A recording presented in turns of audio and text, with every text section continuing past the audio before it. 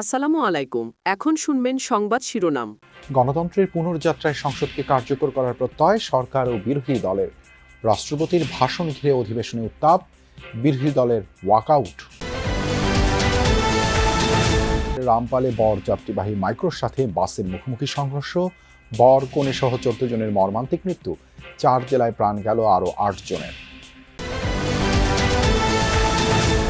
Iran জুড়ে যৌথ বাহিনীর তাণ্ডবে তীব্র হচ্ছে জ্বালানি যুদ্ধ, বন্ধ থাকবে হরমুজ প্রণালী, জাতির উদ্দেশ্যে প্রথম লিখিত ভাষণে মুস্তাবা খামেনি। খালেদা জিয়া, খামেনি সহ বিশিষ্টজনদের মৃত্যুতে সংসদে শোক প্রস্তাব গৃহীত, অন্তর্বর্তী সরকারের জারি করা 133 অধ্যাদেশ উত্থাপন। এতক্ষণ শুনছিলেন সংবাদ শিরোনাম, এবার বিস্তারিত। দেশে কাঙ্ক্ষিত গণতন্ত্রের যাত্রা শুরু হয়েছে বলে মন্তব্য করেছেন প্রধানমন্ত্রী ও সংসদ নেতা তারেক রহমান। ত্রয়োদশ সংসদ অধিবেশনের সূচনা বক্তব্যে তিনি বলেন, সরকার এই সংসদকে জাতীয় সমস্যা সমাধানের কেন্দ্রবিন্দু হিসেবে গড়ে তুলতে চায়। দেশের মানুষ এই সংসদের দিকে প্রত্যাশা নিয়ে তাকিয়ে আছে উল্লেখ করে সংসদ নেতা বলেন, স্বনির্ভর বাংলাদেশ করতে চায় বিএনপি, সেজন্য দল মত নির্বিশেষে সবার সহযোগিতা প্রত্যাশা করেন প্রধানমন্ত্রী। দীর্ঘ অপেক্ষা, সংগ্রাম আর ত্যাগের ফসল এই সংসদ। অধিবেশন কক্ষে সংসদ নেতা ও প্রধানমন্ত্রী তারেক রহমান লুই আইকানের নান্দনিক এই স্থাপত্যে যেন গোটা দেশকে আগামীর পথে ডেকে নেয়ার প্রতীক্ষা। 12 ফেব্রুয়ারির নির্বাচনের মধ্য দিয়ে গঠিত ত্রয়োদশ জাতীয় সংসদের প্রথম অধিবেশন নবযাত্রার ইঙ্গিত। তারেক রহমানের কাঁধে নতুন ভার আর দায়িত্বের আনুষ্ঠানিকতা। নিজের বয়স সমান রাজনৈতিক অভিজ্ঞতা থাকলেও প্রথমবারের মতো সংসদ সদস্য এবং প্রধানমন্ত্রীও বটে তিনি, তাও এক কঠিন পরিবর্তিত পরিস্থিতিতে। সংসদ নেতা প্রধানমন্ত্রী তারেক রহমানের সূচনা বক্তব্যের মধ্য দিয়েই আনুষ্ঠানিক যাত্রা করল অধিবেশন। ত্রয়োদশ জাতীয় সংসদের এই যাত্রা লগ্নে দেশের স্বাধীনতা প্রিয় গণতান্ত্রিকামী বীর ছাত্র জনতাকে জানাই অভিনন্দন। বক্তব্যে তারেক রহমান স্মরণ করলেন 1971 থেকে শুরু করে 24-এর অভ্যুত্থান পর্যন্ত আন্দোলন সংগ্রামের শহীদদের। প্রহসনের রূপ দিয়ে জাতীয় সংসদকে হাস্যরসের খোরাকে পরিণত করা হয়েছিল।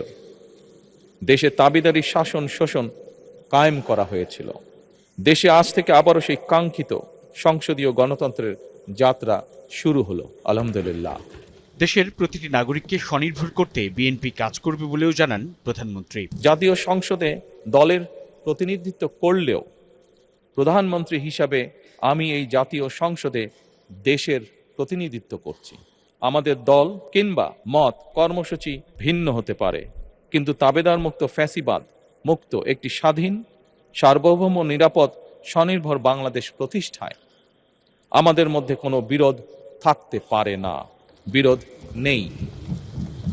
নতুন স্পিকার ও ডেপুটি স্পিকারের দায়িত্ব গ্রহণের পর তাদের শুভেচ্ছা জানিয়ে দেয়া বক্তব্যে প্রধানমন্ত্রী বলেন, এই সংসদ বাংলাদেশের।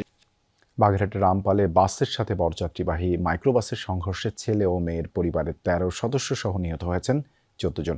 নিহতদের মধ্যে বর কনেও রয়েছেন। আহত একজনের অবস্থাও গুরুতর বলে জানিয়েছেন চিকিৎসক। বৃহস্পতিবার বিকেলে মোংলার বাবুবাড়ি এলাকায় ভয়াবহ এই দুর্ঘটনা ঘটে।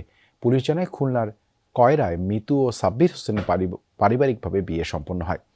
পরে কনেকে নিয়ে মোংলা বাড়ির উদ্দেশ্যে রওনা হয় বরপক্ষের লোকজন। বিকেলে রামপালে খুলনা মোংলা মহাসড়কের বাবুর বাড়ি এলাকায় পৌঁছালে নিয়ন্ত্রণ হারান মাইক্রোবাসের চালকের সময় বিপরীত দিক থেকে আসা নৌবাহিনীর একটি বাসের সাথে সংঘর্ষ হয়। ঘটনাস্থলে মৃত্যু হয় 4 জনের। মরদেহগুলো রাখা হয়েছে খুলনা মেডিকেল ও মোংলা স্বাস্থ্য কমপ্লেক্সে। আহতদের উদ্ধার করে হাসপাতালে নেওয়া হলে আরও 11 জনকে মৃত ঘোষণা করেন চিকিৎসকরা। এছাড়া 2 জন খুলনা মেডিকেলে চিকিৎসাধীন। দুর্ঘটনার খবর পৌঁছালে বর ও কনে পক্ষের এলাকায় নেমে আসে শোকের ছায়া। সাপ্তাহিক ছুটির আগের দিন সড়ক দুর্ঘটনায় 4 জেলায় প্রাণ গেছে 8 জনের। বৃহস্পতিবার যশোর, মানিকগঞ্জ, মাদারীপুর এবং সিরাজগঞ্জে এসব দুর্ঘটনা ঘটে। যশোরের বাঘারপাড়ায় ঢাকা মাগুরা মহাসড়কে দ্রুতগামী পরিবহনের সঙ্গে ইঞ্জিন চালিত ভ্যানের মুখোমুখি সংঘর্ষে 2 জন নিহত এবং 1 জন গুরুতর আহত হয়েছে। উপজেলার ভাটারা আমতলা এলাকায় এই মর্মান্তিক দুর্ঘটনা ঘটে। এছাড়া মানিকগঞ্জের শিবালয়ের বরঙ্গাইল এলাকায় একটি বাস আরেকটি ট্রাককে ওভারটেক করতে গিয়ে মোটরসাইকেলকে চাপা দেয়। এতে ঘটনাস্থলে স্বামী মোনায়েম খান ও হাসপাতালে নেওয়ার পর স্ত্রী জ্যোৎস্না আক্তারের মৃত্যু হয়। এদিকে মাদারীপুরে ট্রাকের সঙ্গে মোটরসাইকেলের মুখোমুখি সংঘর্ষে মোটরসাইকেলের 2 আরোহী নিহত হয়েছে। সদর উপজেলার মাদারীপুর সদর শিবচর আঞ্চলিক সড়কে এই দুর্ঘটনা ঘটে। এছাড়া সিরাজগঞ্জের উল্লাপাড়ায় ট্রেনের ধাক্কায় 2 যুবকের মৃত্যু হয়েছে। মধ্যপ্রাচ্যের যুদ্ধ পুরো দমে রূপ নিয়েছে জ্বালানি যুদ্ধে। তেলবাহী ট্যাঙ্কার ও জ্বালানি স্থাপনায় হামলার মাত্রা বাড়িয়েছে ইরান। বাহরাইনের মুহাররাকে একটি স্থাপনার ফুয়েল ট্যাঙ্ক লক্ষ্য করে ব্যাপক হামলা চালিয়েছে তারা। গত দুদিনে অন্তত 6টি ট্যাঙ্কারে হয়েছে হামলা। ইসরায়েলকে লক্ষ্য করে পাল্টা হামলা অব্যাহত রেখেছে তেহরান। ইরানের সামরিক বাহিনীর হুঁশিয়ারি, শত্রুপক্ষের 1 লিটার তেলও যেতে দেয়া হবে না হরমুজ প্রণালী দিয়ে। অন্যদিকে তাণ্ডব থামেনি যুক্তরাষ্ট্র ইসরায়েল যৌথ বাহিনীর। আবারও নিজেদের জয়ী দাবি করলেন মার্কিন প্রেসিডেন্ট ডোনাল্ড ট্রাম্প।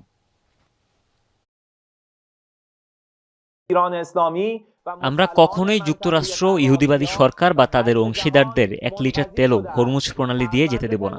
জ্বালানির দাম কৃত্রিমভাবে কমিয়ে রাখা সম্ভব নয়। আমরা এরই মধ্যে সতর্ক করেছি, যুদ্ধ পুরো অঞ্চলে ছড়িয়ে পড়লে তেলের দাম ব্যারেল প্রতি $200 পৌঁছাবে।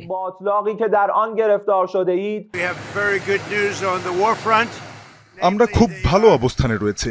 ওদের কোনো নৌবাহিনী, বিমান বাহিনী, বিমান প্রতিরক্ষা ব্যবস্থা কিছুই নেই। এখন প্রশ্ন হলো আমরা কখন থামবো? আসলে আমরা চাই না তারা আবার মাথা তুলে দাঁড়াক। ইরানের সর্বোচ্চ নেতা নির্বাচিত হওয়ার পর প্রথমবারের মতো বিবৃতি দিয়েছেন আয়াতুল্লাহ মুজতবা খামেনি। বৃহস্পতিবার রাষ্ট্রীয় টেলিভিশনে প্রচারিত হয় তার বক্তব্য। ইসরায়েল ও যুক্তরাষ্ট্রকে হুঁশিয়ারি দিয়ে মুজতবা বলেন, লড়াই চালিয়ে যাবে ইরান, নেওয়া হবে ইরানিদের রক্তের প্রতিশোধ, বন্ধ থাকবে হরমুজ প্রণালী, স্পষ্ট জানিয়ে দেন মুজতবা। তার দাবি, চলমান যুদ্ধে মধ্যপ্রাচ্যে তাদের টার্গেট কেবল যুক্তরাষ্ট্রের সামরিক ঘাঁটি। Ayatollah Sayyid Mojtaba Hosseini Khamenei. সম্প্রতি ইরানের নতুন সর্বোচ্চ নেতা নির্বাচিত হয়েছেন Ayatollah Mojtaba Khamenei. Ayatollah Ali খামেনির হত্যাকাণ্ডের পর তার স্থলাভিষিক্ত হলেন তারই পুত্র। দায়িত্ব গ্রহণের পর প্রথমবারের মতো দিয়েছেন বিবৃতি। বৃহস্পতিবার তা পড়ে শোনানো হয় রাষ্ট্রীয় টেলিভিশনে। হুজুর দুশমন শিকান در مراسم روز قدس।